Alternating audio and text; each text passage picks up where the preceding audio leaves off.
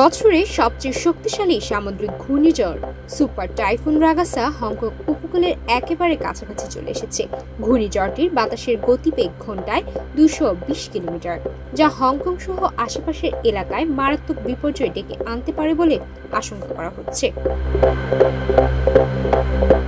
Reuters ও Xinhua বার্তা সংস্থার বরাতে জানা গেছে, পরিস্থিতির ভয়াবহতা বিবেচনায় হংকং সরকার টাইফুন সতর্কতা 8 জারি করেছে, যা দেশটির তৃতীয় সর্বোচ্চ সতর্কতা স্তর। Gold's Gym across 30 plus countries with over 700 plus locations worldwide. Train anywhere, belong everywhere. এতে সব ধরনের ব্যবসা প্রতিষ্ঠান, শিক্ষা প্রতিষ্ঠান ও গণপরিবহন বন্ধ রাখার নির্দেশনা দেওয়া হয়েছে। সাধারণ মানুষকে বাড়ির বাইরে না যাওয়ার পরামর্শ দিয়েছে স্থানীয় প্রশাসন। বাতিল হয়েছে 700টিরও বেশি ফ্লাইট, যার মধ্যে রয়েছে ম্যাকাও ও তাইওয়ানের বহু ফ্লাইট। টাইফুনের আতঙ্কে সুপারমার্কেটে ভিড় করছেন হাজার হাজার মানুষ।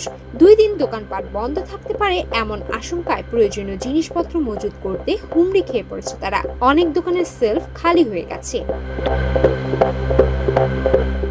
এছাড়া ঝড়ের আঘাতে কাচের জানালা না ভেঙে পড়ে সেজন্য অনেকেই জানলায় স্কচ টেপ লাগিয়েছেন।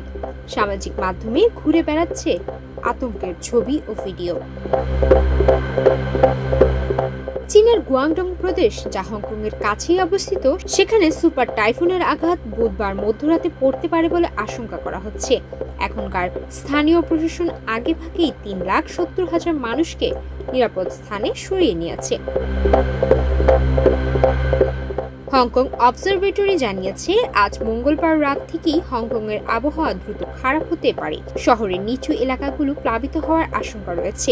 ভারী বৃষ্টিপাত ও দমকা হাওয়ার কারণে ভূমিধসের সম্ভাবনা তৈরি হয়েছে।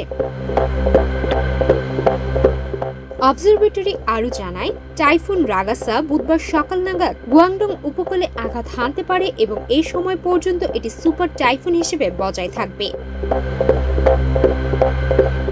পরিস্থিতি বিবেচনায় সতর্কতা স্তর আরও বাড়ানো হবে কিনা তা নির্ধারণ করা হবে মঙ্গলবার গভীর রাত ও বুধবার সকাল নাগাদ আবহাওয়া পর্যবেক্ষণের পর। সামগ্রিকভাবে রাগাসা ঘূর্ণিঝড়ের প্রভাবে হংকং, ম্যাকাও ও দক্ষিণ চীন জুড়ে চরম সতর্কতা জারি রয়েছে। জনজীবন পুরোপুরি থমকে গেছে এবং বিপর্যয় এড়াতে সর্বোচ্চ প্রস্তুতি নিচ্ছে কর্তৃপক্ষ। সুমায়া মিতু, বাংলাদেশ প্রতিদিন।